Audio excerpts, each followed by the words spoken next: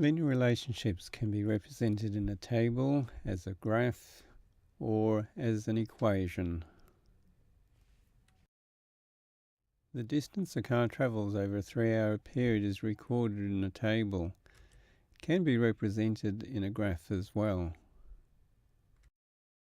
How fast is that car travelling? That's right, the car travels 50 kilometres an hour. That's its speed. We can see that in the graph. Each hour the increase in distance is 50 kilometres. And we can see it in the table as well. Each hour the distance is increased by 50 kilometres. So the speed is the rate at which the distance is changing.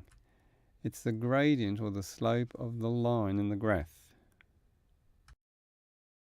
What is the relationship between the distance and time? The distance is speed times time. We can write that as d equals 50 is the speed times t the time.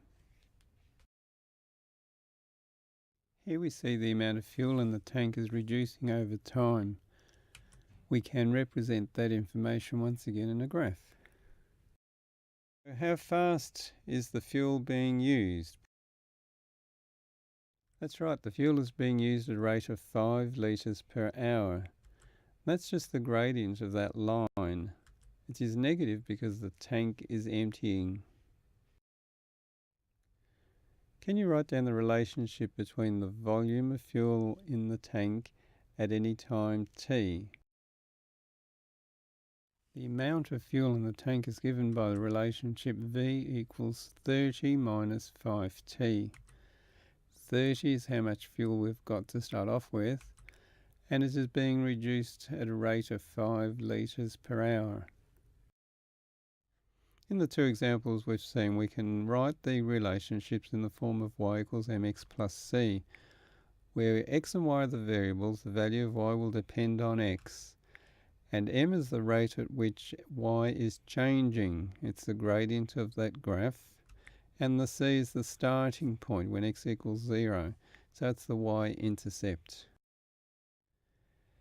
Now in this example we have the equation y equals 3x plus 1, and we're asked for the gradient and the y-intercept. So it's in that form of y equals mx plus c, where the m is the gradient part, so that's the number in front of the x.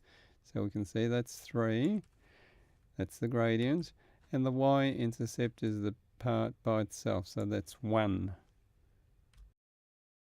We'll now draw the graph of y equals 3x plus 1. On graph paper, we'll start off by finding the y-intercept of 1. And then we'll use the gradient to find a second point. That means we go across 1 and up 3. We join those 2 points up in a straight line, and that gives us the graph that we're looking for. Now to get a more accurate graph, what we'll do is we use that gradient of 3 to find a point out at the top of the grid, and likewise we'll go down and find a point down towards the bottom of the grid. In this example we're asked to find the equation of a line given 2 points.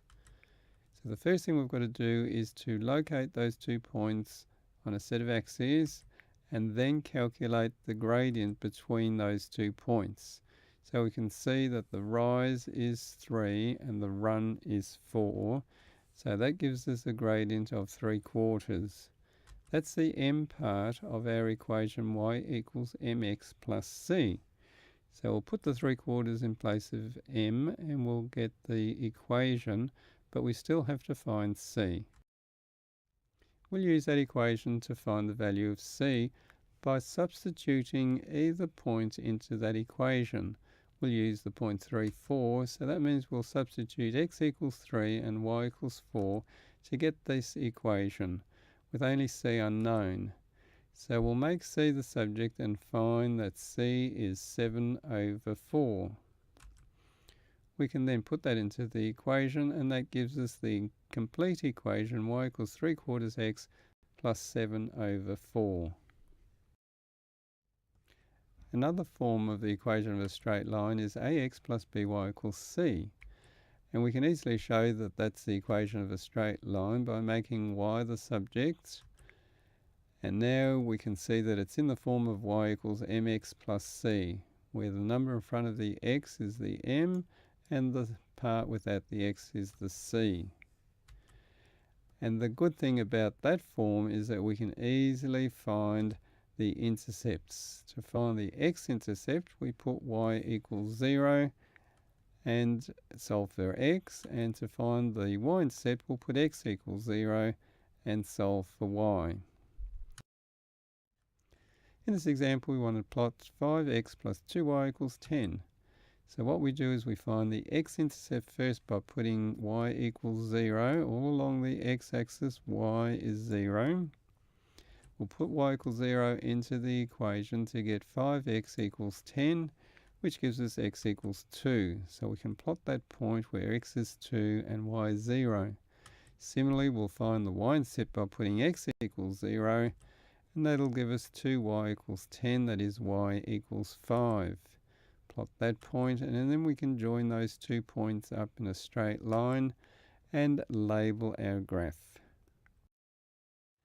We've seen that linear relationships can be represented graphically by a straight line. Algebraically, they can be written in the form of y equals mx plus c, where the m represents the gradient of the line and the c represents the y-intercept.